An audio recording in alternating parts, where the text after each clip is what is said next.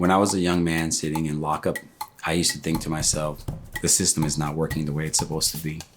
And from that moment, I was inspired to do something different. My name is David Windecher. I'm a defense attorney, and more importantly, I'm the executive director of Rehabilitation Enables Dreams, also known as RED.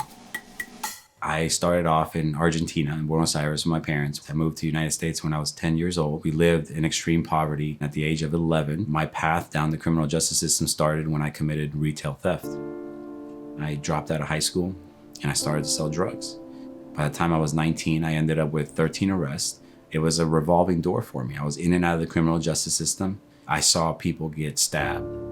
I saw correction officers beating people. And that's when I started to realize that this wasn't right. This couldn't be how things worked here in America. After my release, I remember telling myself, don't look back. This will be the last time I'm in this system. But I knew I had a long journey because I had 13 arrests and I would have to overcome that to get into law school one day. I applied to 50 law schools. 48 of them rejected me immediately, but John Marshall gave me a chance. I started there, and that's how Georgia and Atlanta became my home. I remember feeling a sense of guilt that I wasn't the only one that deserved a chance to live the life that they dreamed of.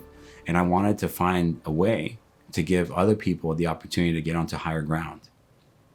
I remember just telling myself, just do something, just help. Even if you don't know exactly what you're doing, just try. So we started with getting folks that didn't have GEDs, their GEDs. We started by helping them try to find jobs. People were really interested in what we were doing because they were realizing that our folks, when they finished the program, they just wouldn't come back. They just weren't reoffending. And in 2015, I started a nonprofit organization focused on creating a program that would reintegrate them without a conviction. And that's how RED was created.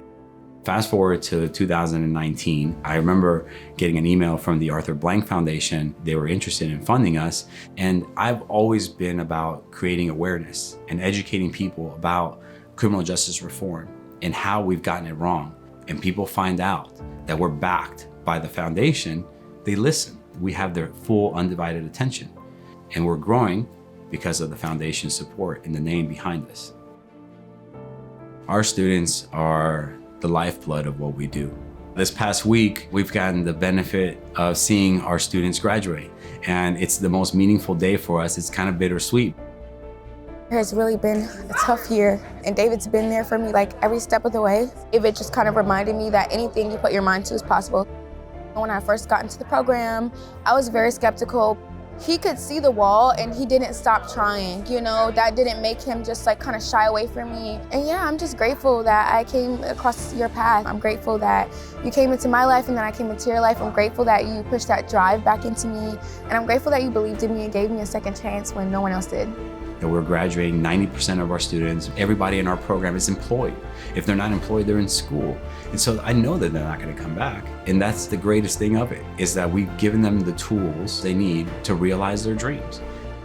The future for RED is extremely bright, and I'm very excited. Our goal is to start servicing about 250 people per year. And we are on track to do that, county by county, person by person.